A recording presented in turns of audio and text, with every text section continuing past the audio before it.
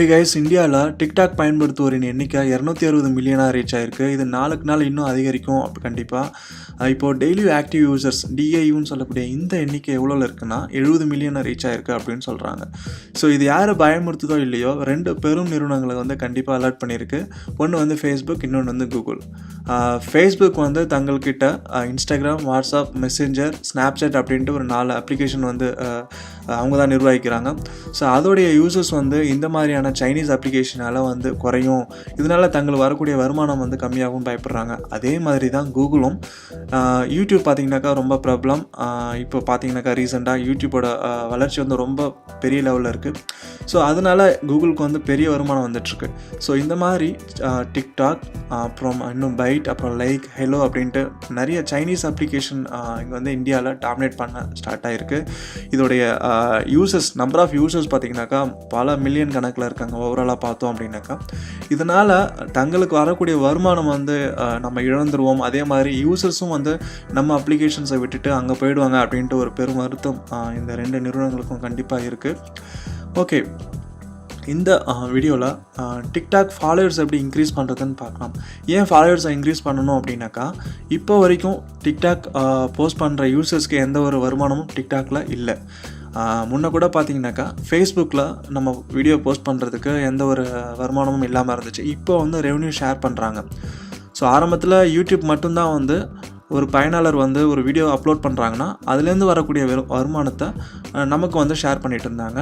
Next இப்போ Facebook follow பண்ணாங்க. Maybe டிக்டாக்லேயும் வரக்கூடிய காலத்தில் ஒரு யூசர் இப்போ வீடியோ போஸ்ட் பண்ணுறாங்கன்னா அதுலேருந்து வரக்கூடிய வருமானத்தை நமக்கு ஷேர் பண்ணுறதுக்கு வாய்ப்பு இருக்குது. ஸோ அதனால் நிறைய TikTok users already followers increase பண்ணுறதுக்கு ஸ்டார்ட் பண்ணியிருக்காங்க. பலவிதமான யூனிக் ஸ்டைலில் கண்டென்ட் போஸ்ட் பண்ணுறதன் மூலம் தங்களுடைய ஃபேன்ஸ் இன்க்ரீஸ் பண்ணிகிட்ருக்காங்க. ஸோ உங்களுக்கும் இந்த மாதிரி ஐடியா இருக்குது, டிக்டாக்ல நான் அக்கௌண்ட் க்ரியேட் பண்ணணும், என்னோடய ப்ரெசன்ஸ் அதில் இருக்கும்னு நினைக்கிறேன். அதே மாதிரி சில யூசர்ஸ் ஆல்ரெடி அக்கௌண்ட் க்ரியேட் பண்ணியிருப்பீங்க, பட் என்னுடைய வீடியோ ரீச் ஆக மாட்டேது, எனக்கு ஃபாலோவர்ஸே இல்லை அப்படின்னும் போது உங்களுக்கு சில டிப்ஸ் இந்த வீடியோவில் ஷேர் பண்ணிக்கலாம், எனக்கு தெரிஞ்ச டிப்ஸ் அப்படின்ட்டு விருப்பப்படுறேன். இதை 2 கேட்டகரியாக பிரிக்கலாம். ஒரு கேட்டகரியில் இருக்க நபர்கள் என்னென்னா, தங்களுக்கு எந்த ஒரு எதிர்பார்ப்பும் இல்லாமல் வீடியோ போஸ்ட் பண்ணுவாங்க. ஜஸ்ட் நமக்கு இவ்வளோ ஃபேன்ஸ் இருக்காங்களேன்ற அந்த ஒரு திருப்தி அவங்களுக்கு போதுமானதாக இருக்கும். என்கிட்ட 10,000 ஃபேன்ஸ் இருக்காங்க, என்கிட்ட ஒரு 1 மில்லியன் ஃபேன்ஸ் இருக்காங்க அப்படின்ற அந்த ஒரு பேஜ், அந்த ஒரு பாப்புலாரிட்டி, அந்த ஒரு செலிப்ரிட்டி, அந்த ஒரு லெவலே போதுன்ற மாதிரியான எண்ணத்தில் இருப்பாங்க.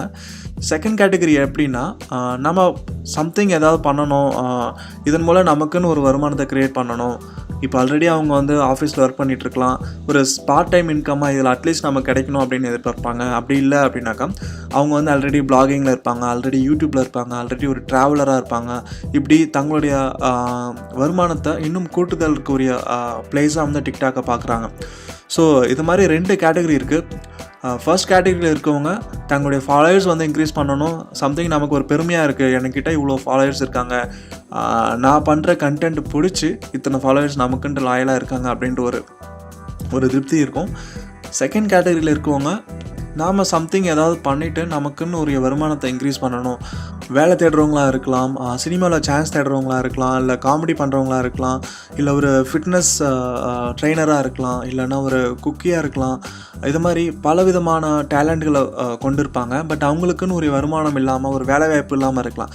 ஸோ அவங்க இந்த டிக்டாக்கை பயன்படுத்தி தங்களுக்குன்னு ஒரு இடத்த உண்டாக்கிக்கிறதுக்கான ஒரு வழியாக டிக்டாக்கை பார்க்குறாங்க. அது மாதிரி இதை பயன்படுத்தி நிறைய பேர் முன்னுக்கு வந்திருக்காங்கன்னு கூட சொல்லலாம். சரி, நிறைய செலிப்ரிட்டிஸாக ஆயிருக்காங்க கூட சொல்லலாம். ஏன்னா நம்ம தமிழ்நாட்டிலே கூட நிறைய நபர்கள் டிக்டாக்னால ஃபேமஸ் ஆகிட்டு வெளிநாடுகளுக்கு போகிற வாய்ப்பு, மற்றும் அஜித் கூட நடிக்கிற வாய்ப்பு கூட கிடச்சிருக்கு, மியூசிக்லி ரமேஷ் அப்படின்ற ஒரு யூசர். ஸோ இது மாதிரி நிறைய பேரை சொல்லலாம். ஸோ இந்த 2 கேட்டகரியில் இருக்க யூசர்ஸ்க்கும் காமனாக என்னெல்லாம் ஃபாலோ பண்ணி நம்ம ஃபாலோவர்ஸை இன்க்ரீஸ் பண்ணலாம் அப்படின்ற ஒரு சின்ன டிப்ஸ். டிக்டாக்ல அப்பப்போ சில கண்டெஸ்ட் ரன் பண்ணுவாங்க. நியூ இயர்க்கு, ஹோலிக்கு, தீபாவளி சீசன், இது மாதிரி நிறைய ஒவ்வொரு பர்டிகுலர் சீசன்லேயும் நிறைய கண்டெஸ்ட் ரன் பண்ணுவாங்க. அது ஹேஷ்டேக் அவங்க அனௌன்ஸ் பண்ணுவாங்க. அந்த ஹேஷ்டேக் நீங்கள் வீடியோ க்ரியேட் பண்ணுங்கள், அந்த ஹேஷ்டேக் யூஸ் பண்ணி உங்களுடைய கண்டென்ட் பப்ளிஷ் பண்ணுங்கள். ஸோ சம்திங் யூனிக்காக, க்ரியேட்டிவாக அந்த ஹேஷ்டேக்கில் உங்களுடைய திறமையை வெளிப்படுத்துறீங்க அப்படின்னாக்கா கண்டிப்பாக உங்களுக்கு நிறைய வியூஸ் மற்றும் நிறைய ஃபாலோவர்ஸ் அந்த டைமில் உங்களுக்கு கிடைப்பாங்க. நிறைய பேர் ஹேஷ்டேக் யூஸ் பண்ணி பாப்புலர் ஆகிட்டுருக்காங்க. ஸோ ஹேஷ்டேக் கண்டெஸ்ட் வந்து மிஸ் பண்ணாதீங்க. உங்களுக்கு சுத்தமாக வந்து பரிச்சயம் இல்லாத ஹேஷ்டேக்காக இருக்கலாம். பட் அட்லீஸ்ட் ட்ரை பண்ணுங்கள். அந்த ஹேஷ்டேக் யூஸ் பண்ணி ஏதோ ஒரு கண்டென்ட் க்ரியேட் பண்ணுங்கள். ஒரு யூனிக்காக ஒரு டிஃப்ரெண்ட்டாக வந்து உங்களுடைய ஓன் ஸ்டைலை ஆட் பண்ணி அதை பப்ளிஷ் பண்ணுங்கள். அது மூலயமா உங்களுக்கு ஒரு 10 ஃபாலோவர்ஸோ அல்லது 100 ஃபாலோவர்ஸ் வந்தாலும் உங்களோட எண்ணிக்கை அதிகரிக்குதில்ல. ஸோ நெக்ஸ்ட் வந்து கண்டெஸ்ட்டில் பார்ட்டிசிபேட் பண்ணுறதை தவிர்த்து நமக்குன்னு ஒரு ஸ்டைல் க்ரியேட் பண்ணுறது ரொம்ப நல்லது. லாங் டேர்முக்கு வந்து இது ரொம்ப பெனிஃபிட்டாக இருக்கும். ஸோ நாம் எப்படி க்ரியேட் பண்ணுறோம், நம்ம எப்படி ப்ரெசென்ட் பண்ணுறோம் அப்படின்ற ஒரு ஸ்டைல் நமக்குன்னு ஒன்று இருந்துச்சுன்னா, யாரையும் ஃபாலோ பண்ணாமல் யாரையும் காப்பி பண்ணாமல் நம்ம ஒரு ஸ்டைல் க்ரியேட் பண்ணிக்கிட்டோம்னாக்கா அதை பிடிச்சி நிறைய பேர் ஃபாலோ பண்ணுவாங்க. ரொம்ப நாள் வந்து நம்ம கூடவே வந்து பயணிப்பாங்க. நம்மளுடைய அந்த டிக்டாக் கண்டென்ட்டில் வாட்ச் பண்ணுவாங்க, லைக் பண்ணுவாங்க, ஷேர் பண்ணுவாங்க. ஸோ இந்த மாதிரியான விஷயங்கள் வந்து நமக்குன்னு ஒரு ஓன் ஸ்டைல் க்ரியேட் பண்ணும்போது நம்ம பார்க்க முடியும். எக்ஸாம்பிள் சொல்லணும் அப்படின்னாக்கா, இப்போ உங்கள் மீனவன் ஒரு யூசர் டிக்டாக்ல நீங்கள் பார்த்துருப்பீங்க. அதே மாதிரி டெக்னிக்கல் குருஜி, அப்புறம் இன்னும் நிறைய பேர் நமக்குன்னு ஒரு ஓன் ஸ்டைலில் நம்ம கண்டென்ட் கிரியேட் பண்ணோம் அப்படின்னாக்கா நமக்கு கண்டிப்பாக ஃபாலோவர்ஸ் இருப்பாங்க. அவங்க லாங் டேர்முக்கு நம்ம கூடவே வந்து பயணிப்பாங்க.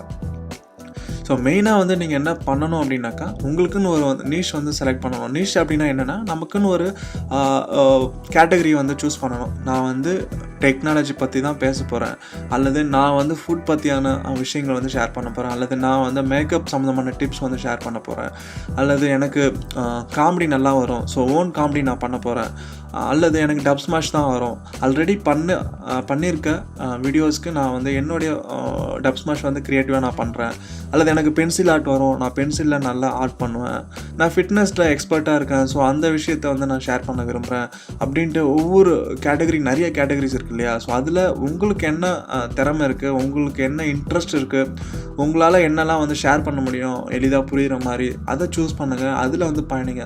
ஸோ எல்லாத்துலேயும் கை வைக்காமல் ஏதோ ஒரு விஷயத்தை தேர்ந்தெடுத்து அதில் வந்து நம்ம ரெகுலராக வந்து போஸ்ட் பண்ணும்போது நமக்குன்னு கண்டிப்பாக ஒரு ஃபாலோவர்ஸ் வந்து உருவாவாங்க. நெக்ஸ்ட் வந்து கன்சிஸ்டண்ட்டாக இருக்கிறது. கன்சிஸ்டண்ட்டாக என்னென்னா, இப்போ ஒரு வீடியோ வந்து போஸ்ட் பண்ணிவிட்டு ஒரு மாதத்துக்கு எந்த ஒரு வீடியோவும் போஸ்ட் பண்ணாமல் திரும்ப அடுத்த மாதம் ஒரு வீடியோ போஸ்ட் பண்ணிவிட்டு நம்ம ஃபாலோவர்ஸ் இல்லையே அப்படின்னு நம்ம எதிர்பார்க்கறது சரியாக இருக்காது. ஸோ கன்சிஸ்டண்ட்டாக ஓகே 2 டேஸ்க்கு ஒரு டைம் ஒரு வீடியோ, அல்லது வீக்லி ஒரு வீடியோ, அல்லது டெய்லி ஒரு வீடியோ அப்படின்ட்டு அந்த பிளான் படி நீங்கள் வந்து செயல்படுங்க. ஸோ கன்சிஸ்டண்ட்டாக இருங்க. ஏன்னா இப்போ நீங்கள் டெய்லி வீடியோ போஸ்ட் பண்ணுறத வந்து ஒரு பழக்கமாக வச்சுருக்கீங்க அப்படின்னா, இன்றைக்கி ஒரு வீடியோ போஸ்ட் பண்ணுறீங்கன்னா நெக்ஸ்ட் டே வந்து கண்டிப்பாக உங்களுக்குன்னு இருக்க ஃபாலோவர்ஸ் வந்து எக்ஸ்பெக்ட் பண்ணுவாங்க, எங்கே இந்த வீடியோ இந்த டைம் வருமா அப்படின்ட்டு. ஈவன் டைமை வந்து ஃபாலோ பண்ணுறது கூட ரொம்ப இம்பார்ட்டன்ட் இந்த விஷயத்தில். கன்சிஸ்டண்ட்டாக டெய்லி போஸ்ட் பண்ணுறோன்னாக்கா, டெய்லி ஏதோ ஒரு நேரத்தில் போஸ்ட் பண்ணுறதை விட நீங்கள் வந்து ஒரு டெஸ்ட் பண்ணுங்கள், எந்த டைமில் போஸ்ட் பண்ணால் நமக்கு நிறைய வியூஸ் அல்லது ஃபாலோவர்ஸ் கிடைக்கிறாங்க அப்படின்ட்டு. மார்னிங் டைம்லையா, அல்லது ஈவினிங் டைம்லையா, இல்லை 6 to 8 PM அந்த டைம்லையா, அல்லது 8 to 10 இந்த டைம்லையா அப்படின்ட்டு நீங்கள் ஒரு 1 வீக் அல்ல 2 வீக்ஸ் வந்து போஸ்ட் பண்ணி டிஃப்ரெண்ட் டைமில் செக் பண்ணும்போது நீங்களே வந்து அந்த டேட்டாஸ் அனலைஸ் பண்ணி பார்த்தீங்கன்னா உங்களுக்கு தெரியும். ஸோ அந்த டைமில் வந்து நீங்கள் ஃபிக்ஸ் பண்ணி ஃபாலோ பண்ணுங்கள். ஸோ டெய்லி 8 PMக்கு ஒரு வீடியோ போஸ்ட் பண்ணுறது ஒரு ஃபாலோ பண்ணுறீங்க அப்படின்னாக்கா, உங்களுடைய ஃபாலோவர்ஸ் வந்து அந்த டைமில் கண்டிப்பாக எக்ஸ்பெக்ட் பண்ணுவாங்க, எங்கே இந்த சேனல் இந்த யூசர் வந்து இன்னும் போஸ்ட் பண்ணல அப்படின்ட்டு. ஸோ அவங்கள நம்ம டிஸப்பாயிண்ட் பண்ணும்போது அவங்க நம்மளுடைய நெக்ஸ்ட் வீடியோ வரும்போது கண்டுக்காமல் போயிடலாம், அல்லது அவங்களுடைய டைம்லைனில் போய் இந்த வீடியோ வந்து இருக்காது. ஸோ இது மாதிரி நம்மளுடைய வீடியோஸ் வந்து பார்வையாளர்கள் மத்தியில் கொண்டு போகாது டிக்டாக். ஸோ நம்ம கன்சிஸ்டண்ட்டாக இருக்கும்போது அந்த ஆல்கரிதம் வந்து அப்படி தான் ஒர்க் ஆகும். ரெகுலராக நம்ம டிக்டாக்ல போஸ்ட் பண்ணும்போது அது வந்து இன்னும் நிறைய பேர் வந்து கொண்டு போகும், ரீச் ஆகும். ஸோ அப்படி தான் இது ஒர்க் ஆகிட்டு இருக்கு. ஸோ கண்டிப்பாக வந்து ஒரு நாள் போஸ்ட் பண்ணிவிட்டு ஒரு 30 நாள் போஸ்ட் பண்ணாமல் அந்த மாதிரியான விஷயங்கள் ஃபாலோ பண்ணாதீங்க. உங்களுக்கு 1 வீக்கில் 1 தான் பண்ண முடியும்னா கண்டிப்பாக அந்த 1 வீக் 1ஆவது வந்து கண்டிப்பாக போஸ்ட் பண்ணுங்கள். நெக்ஸ்ட் வந்து ரிப்ளை டு ஜென்யூன் கமெண்ட்ஸ்னு சொல்லலாம். என்னென்னா, உங்களுடைய வீடியோக்களுக்கு கமெண்ட்ஸ் வரும். அது வந்து பாசிட்டிவ் மற்றும் நெகட்டிவ் அப்படின்னு சொல்லிட்டு 2 விதமான கமெண்ட்ஸும் வரும். கண்டிப்பாக வந்து நீங்கள் கமெண்ட்க்கு வந்து ரிப்ளை பண்ணுங்கள், ரெஸ்பாண்ட் கொடுங்க. அது பாசிட்டிவ் கமெண்ட்க்கு வந்து தேர்ந்தெடுத்து நீங்கள் ரிப்ளை பண்ணுறதும், நெகட்டிவ் கமெண்ட்ஸ் வந்து ஒரு ஃபீட்பேக்காக இருந்துச்சுன்னா அதை வந்து நீங்கள் அக்செப்ட் பண்ணுங்கள். கிரிட்டிசிசம் வந்து பாசிட்டிவாக இருந்துச்சு, ஒரு அப்யூசிவாக இல்லாமல், ஒரு வெறுப்பை பரப்பக்கூடியதாக இல்லாமல் இருந்துச்சுன்னா கண்டிப்பாக நீங்கள் ரெஸ்பாண்ட் பண்ணுங்கள். ஸோ அவங்க மேபி மாற்றிக்கிறதுக்கு வாய்ப்பு இருக்குது.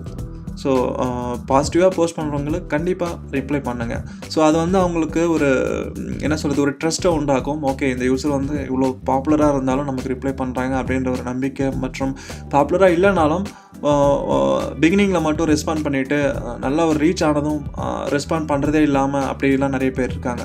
ஸோ அப்படி இருக்காதீங்க, முடிஞ்ச அளவுக்கு ரெஸ்பான்ஸ் பண்ணுறதுக்கு ட்ரை பண்ணுங்கள். ஏன்னா நம்ம பிகினிங்கில் எப்படி இருக்கோமோ முடிந்த வரை வந்து நம்ம வளர்ச்சி அடைஞ்சதும் அதே மாதிரி இருந்தோம் அப்படின்னாக்கா நம்ம மேலே இருக்க நம்பிக்கை வந்து இன்னும் அதிகரிக்கும் அப்படின்னு சொல்லலாம். ஸோ மேபி நிறைய கமெண்ட்ஸ் வரும்போது நம்ம எல்லா கமெண்ட்டுக்கும் ரிப்ளை பண்ண முடியாது, அது வேணால் நம்ம அக்செப்ட் பண்ணணும். பட் அட்லீஸ்ட் வந்து அதை அட்ரஸ் பண்ணுங்கள் அந்த விஷயத்தை. கமெண்ட்ஸில் நான் பண்ணிக்கிறேன் பட் எல்லாத்துக்கும் ரிப்ளை பண்ண முடியல சாரி அப்படின்ற அந்த மாதிரியான ஒரு விஷயங்களும் வந்து அவங்களுக்கு தெரிவிச்சிங்க அப்படின்னா ஓகே, அவங்க வந்து ஜென்யூனாக வந்து அக்செப்ட் பண்ணிப்பாங்க.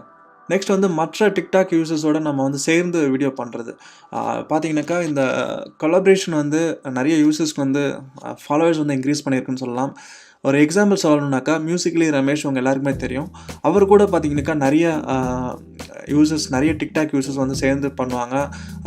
மெயினாக வந்து லேடிஸ் வந்து நிறைய பேர் வந்து டிக்டாக்ல அந்த வீடியோஸ்லாம் பண்ணியிருக்காங்க. ஸோ அவங்களாம் வந்து முன்ன பின்ன தெரியாதவங்களாம் இருக்கலாம் நமக்கு, பட் அவர் கூட பண்ணும்போது அதை இன்னும் நிறைய பேருக்கு வந்து ரீச் ஆகுது அவங்களுடைய ப்ரொஃபைல். ஸோ அவங்களுக்கும் வந்து ஃபாலோவர்ஸ் இன்க்ரீஸ் ஆகுறாங்க. ஸோ ஒரு டெக்னாலஜியோ அல்லது எந்த ஒரு கேட்டகரி எடுத்துக்கிட்டாலும் சரி, அதில் இருக்கக்கூடிய மற்ற பாப்புலரான டிக்டாக் யூசர்ஸ் வந்து நீங்கள் காண்டாக்ட் பண்ணி மேபி ஒரு சேர்ந்து பண்ணுங்கள், கொலாபரேட் பண்ணுங்கள். அப்போ வந்து 2 பேருக்குமே அது பெனிஃபிட்டாக இருக்கலாம். இப்போ நான் ஒரு 10,000 ஃபாலோவர்ஸ் வச்சுருக்கேன் அப்படின்னாக்கா, நான் மற்ற ஒரு 1000 ஃபாலோவர் இருக்க ஒரு யூசர் கூடயும் கொலாபரேட் பண்ணோம் அப்படின்னாக்கா நம்ம மேலே இன்னும் நம்பிக்கை அதிகரிக்கும். ஓகே, வளர்ந்து வரும் டிக்டாக் யூசர்ஸ்க்கும் வந்து இவர் வந்து ஹெல்ப் பண்ணுறாரு, ஒரு நல்ல இனிஷியேட்டிவ் இருக்குது அப்படின்னு சொல்லிட்டு மேபி அது 2 பேருக்குமே வந்து ஒரு அட்வான்டேஜாக இருக்கும்.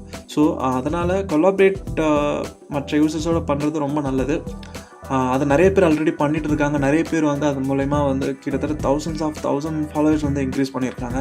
ஸோ அதையும் வந்து ட்ரை பண்ணலாம், எந்த ஒரு ப்ராப்ளமும் இல்லை. பட் காண்டாக்ட் பண்ணுறது ஹெசிடேட் பண்ணாதீங்க.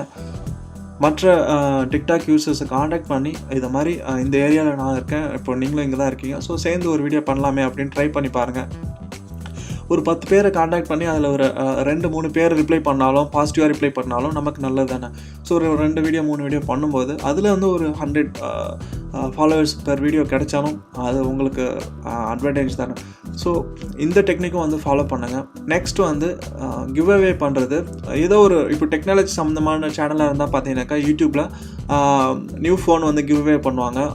இப்போ வந்து என்னுடைய இன்ஸ்டாகிராம் பேஜ் வந்து ஃபாலோ பண்ணுங்கள், என்னுடைய ட்விட்டர் பேஜ் ஃபாலோ பண்ணுங்கள், யூடியூப்க்கு வந்து சப்ஸ்கிரைப் பண்ணுங்கள்.